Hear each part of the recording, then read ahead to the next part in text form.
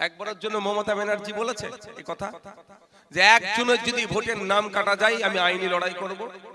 একটা ভিডিও পুরো দেখাতে পারবেন? অভিষেক ব্যানার্জি একবারের জন্য বলেছে যদি থাকেন আমাকে দেন যে কারো পশ্চিম বাংলার একটা বৈধ ভোটারের নাম কাটা গেলে আমরা আইনি লড়াই করব? একবারের জন্য বলেছে? বলেনি। কিন্তু আমরা বলছি আমরা আইনি লড়াই করব। তাহলে আমাদেরকে যারা মারছো আমরাই তোমার ভোটাধিকার বাঁচানোর লড়াই করছি।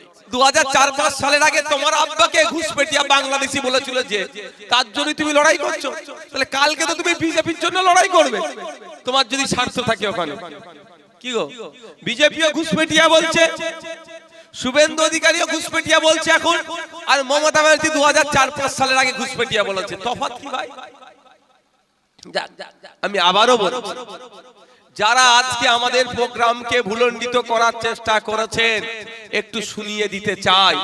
আমার আপনার বড় ভাইজান পীরজাদা আব্বাস সিদ্দিকী আমাদেরকে নির্দেশনা দিয়েছে এসআইআর এর কোনো একটা বৈধ ভোটারের যদি নাম বাদ পড়ে আপনাদেরকে চিন্তা করতে মানা করেছে, আমাকে সুপ্রিম কোর্টে গিয়ে লড়াই করার কথা বলেছে।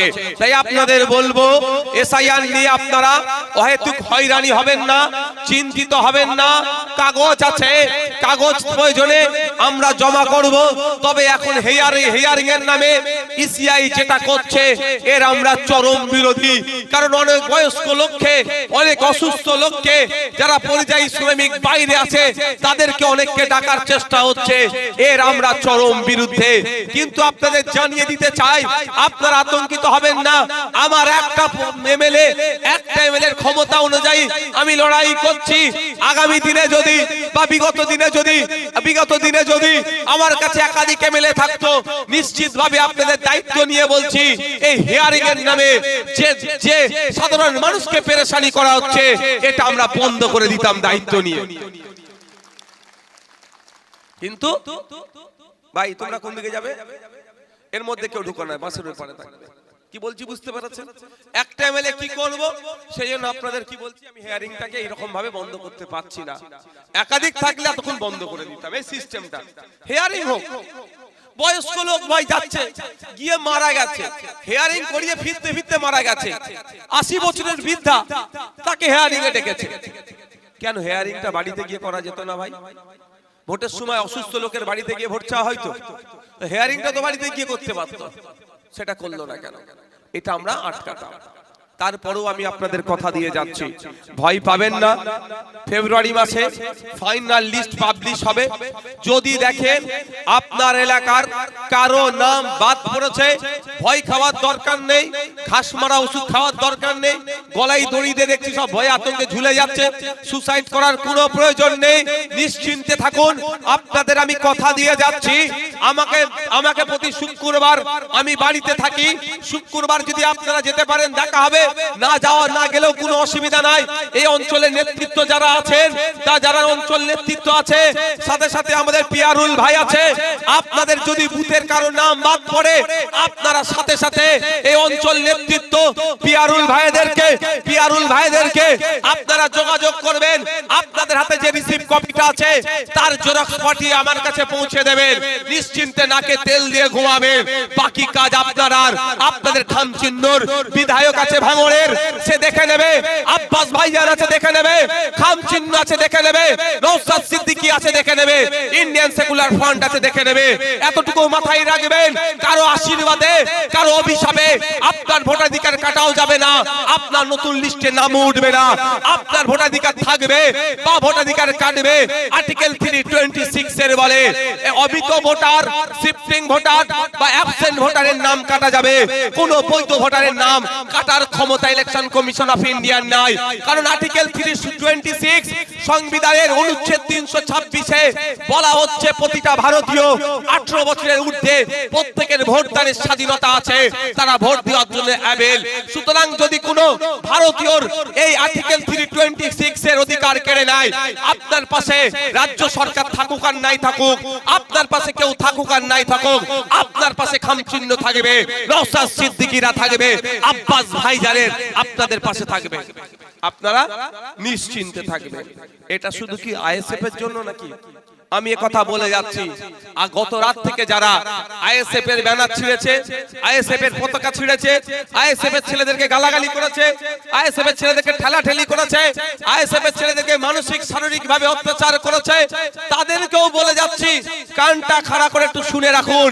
এই মূল্যবোধের রাজনীতি আইএসএফ করে, হিংসার পরিবর্তে হিংসার রাজনীতি করে না। কেউ চোখ তুলে নেওয়ার পরিবর্তে যদি চোখই তুলে নেওয়া হয়, পৃথিবীতে একদিন অন্ধে ভরে যাবে। সুতরাং আমরা ওই রাজনীতি করি না। আমি আজকে এখান থেকে বলে যাই, যে ভাইয়েরা আমাদেরকে ডিস্টার্ব করলো, সেই তৃণমূলের ভাইদেরও বা তার পরিবারের কারো যদি এসআইআর এর নাম কাটা যায়, কিন্তু অবৈধ পন্থা অবলম্বন করে নাম কেটেছে, আমি আপনাদের কথা দিয়ে যাচ্ছি, সেই ভাই আমাদের সাথে যদি গোপনে যোগাযোগ করে, সেই ভাইয়ের হয়েও নওশাদ সিদ্দিকী সুপ্রিম কোর্টে আইনি লড়াই করবে। আজকে এটা বলে যাচ্ছি আমি। আমরা অন্যদের মতো রাজনীতি করি না, মেরেছে মারো এই রাজনীতি করি না। আমরা মূল্যবোধের রাজনীতি করতে চাই, সৌজন্যতার রাজনীতি করতে চাই, আমরা হিংসা মুক্ত সমাজ ব্যবস্থা চাই। তাহলে মাথায় থাকবে তো, যদি যারা আজকে হিংসা করেছে, গতকালকে হিংসা করেছে, তাদের পরিবারেরও যদি কারো এসআইআর এর নাম কেটে যায়, তাদের দল তার পাশে দাঁড়াক আর নাই দাঁড়াক, আমরা প্রস্তুত আছি তার হয়ে আইনি লড়াই করার জন্য। তারপরেও আইএসএফ কে তোমরা মারো। মারতে কে বলেছে? দাদা বলেছে। সেই দাদা কেন বলেছে? তোমার ভবিষ্যৎটাকে ধ্বংস করছে, আমি বলছি বলেই ক্ষতি হচ্ছে। উড়িষ্যায় বিজেপি শাসিত রাজ্য সরকার চলছে, কিভাবে খুন হয়ে ফিরে আসতে হচ্ছে দেখেছেন? মার খেয়ে ফিরে আসতে হচ্ছে। রাজ্য সরকারের কোনো হেলদোল আছে? কেন হেলদোল নাই? মারটা খাচ্ছে কে? দলিত। মারটা খাচ্ছে আদিবাসী, মারটা খাচ্ছে মুসলমান। যাক না, মার ওরা খাক, ওরা মার খাচ্ছে খাক, ওই জন্য দিদির কোনো সারা পড়েনি। কিন্তু এটাকে বন্ধ করতে হবে কি হবে না? বন্ধ করা যায় কি না? দুটো বিষয়, বন্ধ করতে হবে আর বন্ধ কিভাবে করবে, প্রথমটা হলো। দ্বিতীয়টা কিভাবে করবে? দুটো রাস্তা। প্রথম রাস্তা হচ্ছে উড়িষ্যা সরকারকে, আমার পশ্চিমবাংলা সরকার একটা চিঠি করা দরকার, যে আপনার রাজ্যে যে পরিযায়ী শ্রমিকগুলো আছে, অর্থাৎ বাঙালি কর্মরত যে শ্রমিকগুলো আছে, তাদের উপরে অত্যাচার হিংসা বন্ধ করার দায়িত্ব উড়িষ্যা সরকারকে নিতে হবে। আর যদি নিতে অক্ষম হয়, সক্ষম না হয়, একটা বার্তা দিয়ে দিও, উড়িষ্যাতে পশ্চিমবাংলা থেকে 20,000 শ্রমিক কাজ করে, মাত্র 20,000 শ্রমিক উড়িষ্যাতে কাজ করে, আর উড়িষ্যা থেকে 3 লক্ষের অধিক শ্রমিক বাংলায় এসে কাজ করে, রুজি রুটি হয়, উড়িষ্যায় তাদের পরিবার আছে, পরিবারের মুখে অন্ন তুলে দেয়। তাহলে আমার পশ্চিমবাংলা সরকার যদি একথা বলে, যদিও আমি ইনক্লুসিভে বিশ্বাসী, আমি ইনক্লুসিভে বিশ্বাসী, বাংলার মাটিতে, আমি বাংলার সম্প্রীতির মাটিকে আমি সবসময় আঁকড়ে ধরে রাখতে চাই, কিন্তু সোজা আগুলে না ঘি উঠলে আগুলে একটু বেঁকাতে হয়। আমার রাজ্য সরকার যদি এতটুকু কথা বলে, আপনি 20,000 বাঙালি শ্রমিককে নিরাপত্তা দিতে পারছেন না, আমি 3 লক্ষ উড়িয়া শ্রমিককে নিরাপত্তা দিচ্ছি। নিরাপত্তা কারা দিচ্ছে?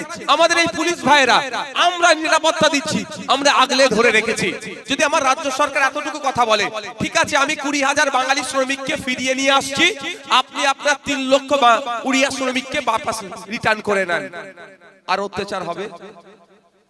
হবে অত্যাচার? কারণ কি? 20,000 ফিরিয়ে নিয়ে 3 লাখ ফেরত নেওয়ার কথা বলছে। 3 লাখ মানে পরিবার পিছু যদি 4 জন ধরি, 3 4 12 লক্ষ উড়িষ্যার মানুষ ক্ষিপ্ত হবে উড়িষ্যা সরকারের উপরে। 12 লক্ষ উড়িষ্যার মানুষ ক্ষিপ্ত হবে কার উপরে? উড়িষ্যা সরকারের উপরে। গদি টলমলে হয়ে যাবে। বলবে আগে পুলিশকে, থানাগুলোকে বলে দাও, একটা বেটা যদি বাঙালি শ্রমিকদের দিকে চোখ তুলে তাকায়, অন্যায় কাজ করে, ধরে জেলের মধ্যে ভরে দেবো। তাহলে বাঙালি শ্রমিকদের উপর অত্যাচার হবে কি? বন্ধ হয়ে যাবে। কিন্তু মমতা ব্যানার্জি এটা করছে। আর আজকে যারা লাঠি নিয়ে ছুটাছুটি করছো, ব্যানার ছিঁড়েছো, পতাকা ছিঁড়েছো, নিশ্চিত ভাবে জুয়েল রানাকে খুন করেছে। যদি আপনার মন না কাঁদে, তাহলে আমাকেও দুঘা মেরে নিন। জুয়েল রানাকে খুন করেছে জানেন তো? 19 বছরের ছেলেটি। যদি আপনাদের না মন কাঁদে, তাহলে আমাকেও দুঘা পিটিয়ে নিয়ে, তাহলে যেন আপনার মধ্যে আর মানবতা নামক কিছু জিনিস নাই। মহারাষ্ট্রে বীরভূমের ছেলে সোমনাথ দেবনাথের গলা কেটে উড়িয়ে দিয়েছিল। যদি তাকে দেখে আপনার মনটা না কাঁদে, আসুন আমাকে দুঘা মেরে নিন। আপনার মধ্যে মানুষত্ব নাই, শেষ হয়ে গেছে। সাবির মল্লিক হরিয়ানাতে গোমাংস আছে মিথ্যা অপবাদে পিটিয়ে মেরে দিল। পরে কি দেখলাম, গোমাংস ছিল না, রিপোর্ট যেটা এসেছে উড়ে বাসন্তীর ছেলে। যদি না আপনার মন টাকা দিয়ে ওকে খুন করেছে, আপনার বাড়িতেও পরিবার পরিজন আছে, ওরও পরিবার পরিজন আছে। চলে যান আফরাজুল, কি নৃশংস ভাবে খুন করলো। যদি আপনার না মন টাকা দেয়, চলে যান বাঁকুড়াতে হেমন্ত রায় কেরলে কাজে গিয়েছিল 2019 সালে, খুলাস হয়ে বাড়ি ফিরেছে। এই ধরনের শয়ে শয়ে আছে। যদি আপনার মনটা না কাঁদে ওই লাশগুলো দেখে, তাহলে আপনি আমাকে দুঘা মারুন। আর যদি আপনার মধ্যে মানবতা থাকে, মানুষত্ব থাকে, তাহলে আফরাজুলের জন্য কষ্ট হবে, হেমন্ত রায়ের জন্য কষ্ট হবে, সাবির মল্লিকের জন্য কষ্ট হবে, সোমনাথ দেবনাথের জন্য কষ্ট হবে, জুয়েল রানার জন্য কষ্ট হবে। যদি মানবতা আপনার মধ্যে থেকে থাকে, ন্যূনতম যদি মানসিকতা আপনার ঠিক থাকে, আপনার যদি কষ্ট লেগে থাকে, তাহলে আপনি লাঠি নিয়ে ছুটে আসার আগে একবার ভাববেন ওদের উপরে অত্যাচার বন্ধের জন্য। আমাদের তো সরকার, আমার তো নেত্রী কিছু বলছে না, যাদের পিছনে আমরা লাঠি নিয়ে ছুটে যাচ্ছি ওদের উপরে না অত্যাচার হয়, ওই জন্য অন্তত তারা রাস্তায় দাঁড়িয়ে গলাটা তো ফাটাচ্ছে। এরপর থেকে একটু ভেবে চিন্তে কাজ করবেন, অনুরোধ করছি। কটা বাজে গো? আমি বক্তব্য আর দীর্ঘায়িত করব না, তিনটে আমি কথা বলে শেষ করব। প্রথম কথা, প্রশাসনের বন্ধুদেরকে আপনারা সহযোগিতা করবেন, আইন হাতে কেউ তুলে নেবেন না। অনুরোধ এটুকু করছি, প্রশাসনের বন্ধুদেরকে সহযোগিতা করবেন। মাথায় থাকবে তো ভাই? টিট ফর ট্যাট কথা আছে, কিন্তু এখানে হলে ক্ষতিগ্রস্ত মানুষই হবে। দ্বিতীয় কথা, আপনাদের সন্তানগুলোকে উচ্চশিক্ষায় শিক্ষিত করুন। শিক্ষার অভাবের জন্য হিংসার দিকে ঠেলে দিচ্ছে। যে হিংসা করতে আসছে হোশ নাই, অবঘাতে লাগলে যদি ক্ষতি হয়ে যায়, মাথাটা যদি ফেটে যায় 307 হয়ে যাবে। আর আল্লাহ মাফ করুন, সৃষ্টিকর্তা ক্ষমা করুন, যদি যাই এক্সপায়ার হয়ে যায় তাহলে বসিরহাট কোর্ট জেলের মধ্যেই থাকতে হবে। হোসনাই 302 খাবে। এই জন্য এদেরকে অশিক্ষিত করে রেখে দিয়েছে মমতা ব্যানার্জি আর শুভেন্দু অধিকারী। এই দুই দল মিলে, দুজন মিলে পশ্চিমবাংলার হিন্দু মুসলমানকে শোষণ করার চেষ্টা করছে। অনুরোধ করছি আপনার ছেলেগুলোকে উচ্চ শিক্ষায় শিক্ষিত করুন। 3 নম্বর হচ্ছে রাজনৈতিক সৌজন্যতা হারাবেন না। বুথের মানুষদের বলবো, কোনদিন দেখেছেন শুভেন্দু অধিকারী, মমতা ব্যানার্জি, নওশাদ সিদ্দিকী, দিলীপ ঘোষ, ফিরহাদ হাকিম, মোহাম্মদ সেলিম, অধীর রঞ্জন চৌধুরী, সূর্যকান্ত মিশ্র, অভিষেক ব্যানার্জি মারপিট করছে নিজেদের মধ্যে? কোনদিন দেখেননি, আমার মনে হয় আর দেখবেন না আপনারা। কিন্তু আমরা কি দেখছি, আমরা ডেঙ্গিতে কে আইএসএফ করে, কে তৃণমূল করে, কে কংগ্রেস করে, কে সিপিএম করে, নিজেদের মধ্যে মারামারিতে জড়িয়ে পড়ছেন। কেন আপনারা মারামারিতে জড়াচ্ছেন? আর আপনাদের দলের সর্বোচ্চ নেতারা দেখুন এসি রুমে বসে চা খাচ্ছে। আপনাদের ন্যূনতম যদি লজ্জা থাকে, আপনারা আপনাদের যারা মারপিট করার কথা বলবে তাদেরকে বলবেন, দাদা এসে আপনি দুঘা শুরু করুন, আমরা ছগা দেবো। দেখবেন দাদা দিদি আসবে না, কারণ দাদা দিদি ভালো করে জানে আমি যদি জড়িয়ে যাই, আমার নামে এফআইআর হয়ে গেলে 307 ধারা যদি লেগে যায়, আমার পাসপোর্ট রেনুয়াল থেকে শুরু করে বছরে বছরে বিদেশে যে একটা করে ট্রিপে যাই, সেখানে যাওয়াতে অনেক অসুবিধা হবে, আমার বিপদ হয়ে যেতে পারে। আবার কেউ যদি মারা যায় তাহলে আমি ফেসে যাব, আমাকে জেলে থাকতে হবে। সেই জন্য কোনো দাদা দিদি হিংসায় জড়াই না। দাদা দিদিদের চামচা যেগুলো আছে, চারানার নেতা আছে, যাদেরকে যখন ইচ্ছা দল বার করে দেয়, যখন ইচ্ছা ঢোকায়, তারা দেখুন আজকে হই হই করছে। মিনাখাতে একটা বড় নেতা ছিল, প্রচুর হিংসা করত, তার নাম নিচ্ছি না, নামের আগে পরে তিনি আবার হাজি লাগিয়ে ঘুরতেন। আজকে সেই হাজি সাহেবের অবস্থা দেখুন কোন তলে নিতে চলে গেছে। হাজি সাহেবের হাত থেকে ক্ষমতা কেড়ে নিয়েছে, এখন গরু ছাগল ওই দিকে হাজি সাহেবের দিকে তাকাচ্ছে না। কিন্তু হাজি সাহেবের হাতে যখন ক্ষমতা ছিল, গরু ছাগলকে এক ঘাটে পানি খাওয়ার চেষ্টা করেছিল, অনেক অন্যায় করেছিল। তাই এতটুকুই বলছি, কে কখন কোথায় থাকে, কার ক্ষমতা আপ হবে, কার ক্ষমতা ডাউন হবে, কেউ বলতে পারবে না। কালের ক্রমে আজকে যে নিচে আছে, কালকে সে উপরে উঠবে, আবার কালের ক্রমে উপরে যে আজকে আছে, আগামী কাল সে নিচে নামবে। সুতরাং উপরে থেকে কি ক্ষমতা উপভোগ করে কি ব্যবহার করছো, কালকে যখন তুমি, আগামীতে যখন তুমি নিচে নামবে, তোমার সাথে কিন্তু সেটা গ্রামের মানুষ ট্রিট করবে, এটা মাথায় রাখে এলাকার মানুষ ট্রিট করবে। তুমি আজকে ক্ষমতার মসনদে আছো, ক্ষমতার মধ্যগগনে আছো, তুমি যদি মান ক্ষমতাটাকে সঠিকভাবে ব্যবহার করো, আগামী দিনে তোমার হাতে ক্ষমতা না থাকলেও গ্রামের মানুষ তোমাকে শ্রদ্ধার নজরে দেখবে। আর তুমি যদি মনে করো ক্ষমতার মধ্য গগনে আছি, মানুষকে মানুষ ভাববো না, প্রশাসনকে জোর করিয়ে অন্যায় করব, আগামী কাল কিন্তু তোমার জায়গা ওই শাহজাহান শেখের পাশে হবে, এটা মাথায় তুমি কিন্তু রেখে দাও। তখন হয়তো তোমার ছেলে মেয়ে স্ত্রী পরিবার যে ভাইজান একটু দেখুন, হয়েছে তৃণমূলের ছেলেরা জেল খাটছে, বিজেপির সাথে ঝামেলা, সিপিএম এর সাথে ঝামেলা। আমি জেলে গিয়ে দেখেছি অনেককে ছাড়িয়েছি, তৃণমূলের পাত্তা দেয়নি, দেখেছে জেলে ভাইজান হাউমাউ করছে। নাম্বার দিয়ে এসেছি, পরিবারের লোক দেখা করতে আসলে বলেছি আমার সাথে দেখা করতে বলবে, দেখা করেছে। তৃণমূলের অনেক নেতাকে জেল থেকে নওশাদ সিদ্দিকী ছাড়িয়েছে, অন্যায় ভাবে তাদেরকে ফাঁসিয়ে দিয়েছিল। এখনো কাজ চলছে, এই পার্টি নওশাদ সিদ্দিকী করে। ভোট হলে দেবেন, ইচ্ছা হলে দেবেন, না হলে দেবেন না।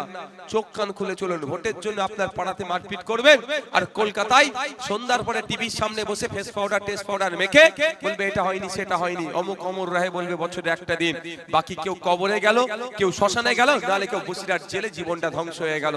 এই হিংসায় আপনারা জড়াবেন না, এইটুকু অনুরোধ করে আমি আমার বক্তব্য এখানেই সমাপ্ত করছি। সকলে ভালো থাকবে।